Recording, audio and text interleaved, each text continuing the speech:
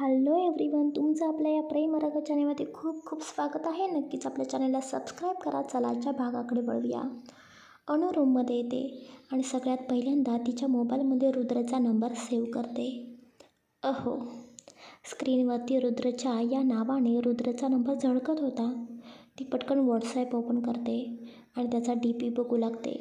पण तिच्या पदरी निराशा पडते, कारण रुद्रचा प्रोफाईल पिक तिला दिसतच नव्हता.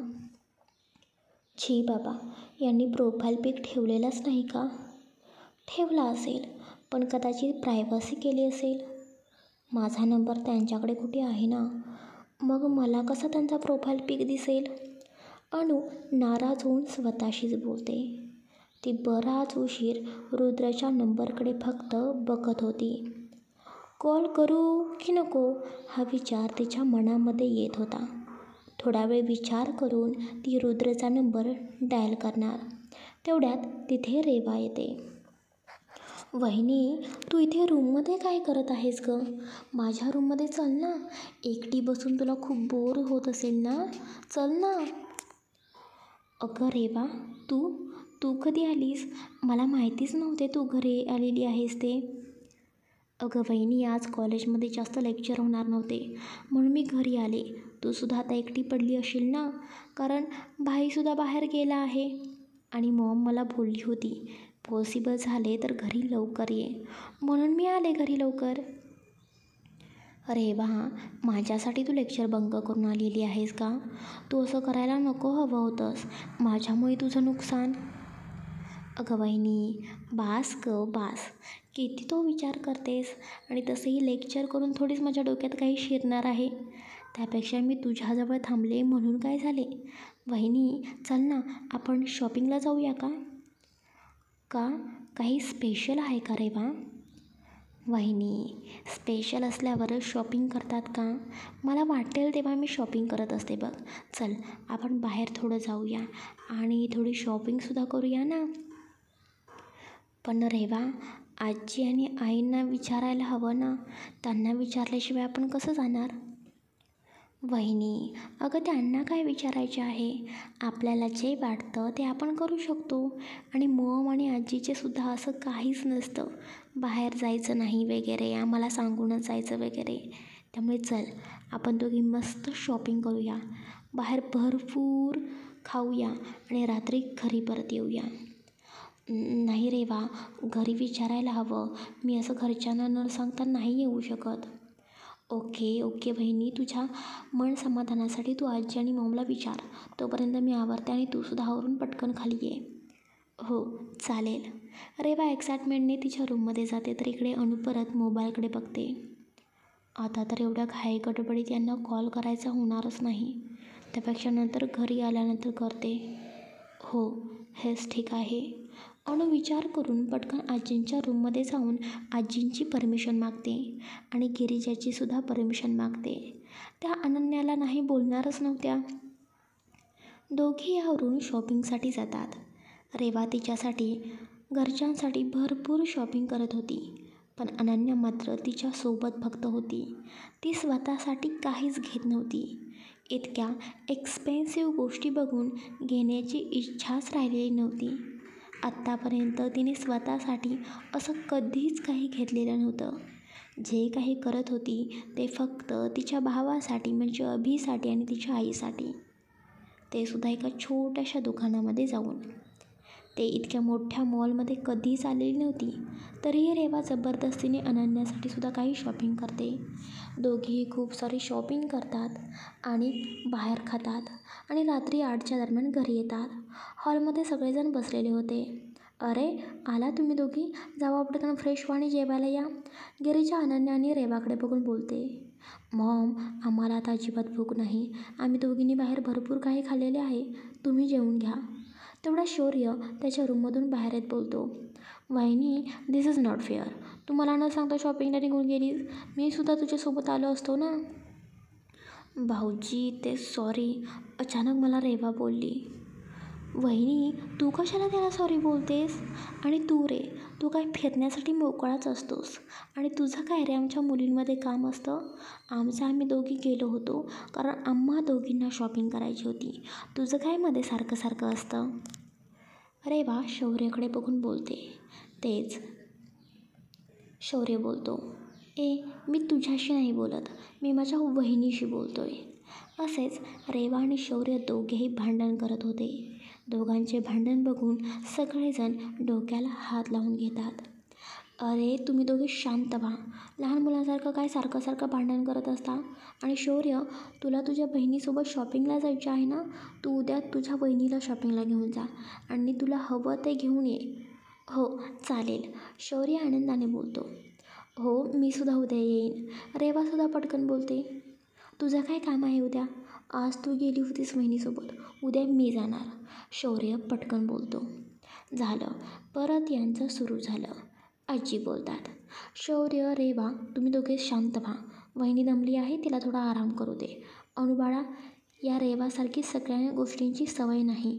नक्कीच तिने अनन्याला सगळीकडे पळवलं असणार आहे. गिरिजा बोलते. गिरिजाचे बोलणे ऐकून अनन्या पटकन तिच्या रूममध्ये जाते. इकडे सगळेजण जेवण करू लागतात आणि ते सुद्धा आपापल्या रूममध्ये निघून जातात.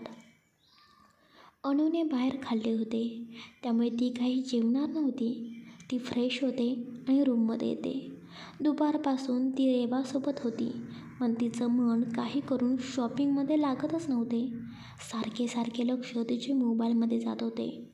फ्रेश होऊन ती हातामध्ये मोबाईल घेते. बराच वेळ परत त्या नंबरकडे बघून शेवटी ती कसाबसा रुद्रचा नंबर डायल करते. 1 2 3 रिंग होत होता, पण रुद्र कॉल रिसीव्ह करत नव्हता. 9:30 वाजले आहेत. अजूनही हे कामच करत असतील का? कॉल का उचलत नाही ते? अनन्या मोबाईलकडे बघत स्वतःच बडबड करते. काय करू? परत एकदा ट्राय करू का? पण जर कामात असेल तर माझ्यावर चिडतील. नाही नको. मग हे रिटर्न मला कॉल करतील का? त्यांच्याकडे तर माझा नंबरसुद्धा नाही. यांना थोडी स्वप्न पडणार आहे की हा माझा नंबर आहे. पण हे तसे हुशार आहेत, यांना समजेल. काय करू? यांना समजत नाही का मला कॉल करायला? अनन्याची आता चिडचिड होत होती. इकडं रुद्र त्याचे काम करून नुसताच रूममध्ये आलेला होता. तो त्याचे डोळे झाकून बेडवरती पडलेला होता. मोबाईलची रिंग वाजत होती, पण त्याने त्याच्याकडे दुर्लक्ष केलेले होते, कारण दिवसभर प्रवास, काम यामुळे तो पूर्णपणे थकून गेलेला होता. तेवढ्यात वेटर त्याचं जेवण घेऊन येतो. वेटर जेवण ठेवून जातो. रुद्र कसा तरी उठतो आणि मोबाईल हातामध्ये घेतो. स्क्रीनवरती फक्त नंबर पडलेला होता. तो एकदा मोबाईलकडे बघतो आणि परत मोबाईल बेडवरती ठेवतो. पण अचानक त्याच्या मनामध्ये काय येते म्हणून तो परत आणखीन त्याचा मोबाईल हातामध्ये घेतो आणि ट्रू कॉलरला नंबर कोणाचा आहे हे चेक करू लागतो. ट्रू कॉलरवरती अनु नाव पडलेले होते. नकळतपणे त्याच्या हृदयाचे ठोके वाढलेले होते. अनु, तिने कॉल केला होता का मला? मी सुद्धा का झोपलो? मी का कॉल रिसीव्ह नाही केला? नक्की ही तीच आहे ना? काय करू? कॉलबॅक करू का? रुद्र थोडा विचार करतो आणि कॉलबॅक करतो. रुद्र कॉल करतो. 1 रिंग वाजते की नाही तोपर्यंत लगेच दुसऱ्या बाजूने कॉल रिसीव्ह होतो. दोघेही शांत होते. कोणी काहीच बोलत नव्हते. शेवटी रुद्र बोलतो. Hello, I am Rudra Deshmukh. रुद्रचा आवाज ऐकून इकडे अनन्याच्या हृदयाचे ठोकेसुद्धा जोरजोरात वाढलेले होते. ती तिचा एक हात हृदयावरती ठेवते आणि स्वतःच्या हृदयाचे ठोके कंट्रोल करण्याचा प्रयत्न करू लागते. ती एक मोठा दीर्घ श्वास घेते. Hello, are you there? Hello. Hello मी बोलते. अनन्या घाबरत बोलते. मी म्हणजे कोण? रुद्राला अणूचा आवाज ऐकू आलेला होता. कोण आहे हे समजलेले होते, पण मुद्दामच त्याला अनन्याची थोडीशी मस्करी करायची होती. हॅलो मी बोलते. अनन्या. रुद्र इतकंच बोलतो. नकळत त्याच्या चेहऱ्यावरती स्माईल आलेली होती. त्याचा चेहरा ब्लश करत होता. दोघेही शांत होते. दोघांनाही पुढे काही बोलायचे समजत नव्हते. 5 मिनिटे जरी दोघे शांत. शेवटी अनन्याच पुढाकार घेऊन बोलते. जेवलात का तुम्ही? नाही अजून. कधी जेवणार आहात? आता जेवण वेटरने आणून दिलेलं आहे. सॉरी, मी चुकीच्या टायमिंगमध्ये तुम्हाला कॉल केला. तुम्ही कामात होता का? प्लीज तुम्ही जेवून घ्या. मी हवं तर नंतर कॉल करते. अनन्या घाबरत बोलते. सकाळी तर माझ्यासमोर खूप मोठ्या ॲटिट्यूडने मला न घाबरता बोलत होती आणि आता इतकी का घाबरत आहे. रुद्र मनामध्ये विचार करतो. रुद्र काहीच बोलत नाही म्हणून अनन्या परत बोलते, सॉरी, जेवण थंड होईल तुमचं, तुम्ही आधी जेवून घ्या. अनन्या कॉल कट करणार तेवढ्यात रुद्र बोलतो, नाही, मी जेवत जेवत बोलू शकतो, परत माझ्याकडे तितका टाईम नाही. रुद्र थोडंसं मुद्दाम रागाने बोलतो. रुद्रचे असे बोलणे ऐकून अनुला थोडं वाईटच वाटतं. ती विषय बदलत बोलते, तुमचं काम अजून किती दिवस आहे तिकडे. आय डोंट नो, काम होईल तेव्हा मी परत येईन.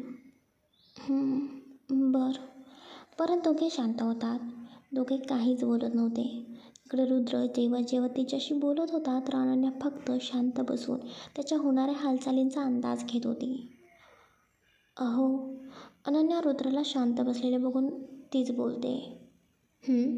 रुद्र परत इतकेच बोलतो, म्हणजे ते तुम्ही लवकर याल का इकडे. काय ते म्हणजे ते दिवाळीजवळ आलेली आहे ना म्हणून म्हटलं. दिवाळीमध्ये मी काय करणार आहे. ते काही करणार नाही तुम्ही, पण सणाच्या वेळी घरी असलेलं कसं वेगळं पडतं ना, आणि तसंही आजी आणि आईंनासुद्धा चांगलं वाटेल तुम्ही जर इथे आलात तर. त्यामुळे शक्य झाले तर तुमचं काम लवकर आवरून घ्याल का. बघतो काय होतं आहे ते. चालेल, अनु हसत बोलते. परत दोघेही शांत होतात. हा माझा नंबर आहे, अनु परत बोलते. रुद्र परत आणि तेवढेच बोलतो, सेव्ह करून घ्या, काही सांगावंसं वाटलं तर मला फक्त तुम्ही कॉल करा. रुद्र परत तेच बोलतो, तुम्हाला फक्त तितकंच बोलायचं आहे का. मीच बोलत आहे, तुम्ही फक्त हो हो हो इतकंच करत आहात. मला एक तर तुमची आठवण येत होती म्हणून मी तुम्हाला कॉल केला आणि तुम्ही काय करताय फक्त तुम्हाला काही माझ्याशी बोलायचंच नाही. इतकं मी आजींकडे जाऊन तुमचा नंबर कसा तरी मिळवला, कसा तरी मी तुम्हाला कॉल केला, एवढं मी तुम्हाला कॉल करण्याचं धाडस केलं आणि तुम्ही काय करताय. मला ना तुमच्याशी बोलायचंच नाही, बाय. अनन्या रागाने कॉल कट करते.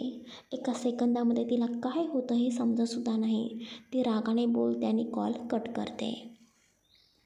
इकडे रुद्र मात्र डोळे मोठे करून तिचे बोलणे ऐकत होता.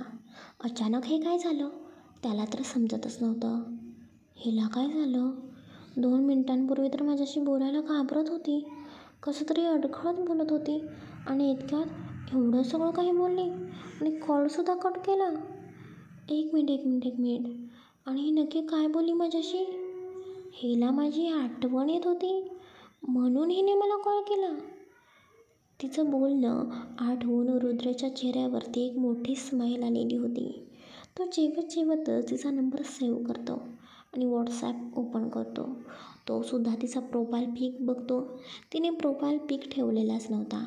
शेवटी तो सुद्धा थोडा नाराज होतो आणि तिचं बोलणं आठवतच त्याचं परत काम करू लागतो. चला गाईज, आजचा भाग कसा वाटला मला नक्की भरभरून कमेंट्स करून सांगा. खूप साऱ्या कमेंट्स द्या. आजचा छोटासा पार्ट होता, आय नो, पण पुढचा भाग लवकरच प्रकाशित होईल. केअरटेकरचा सुद्धा आज भाग येणार आहे. Bye, take care.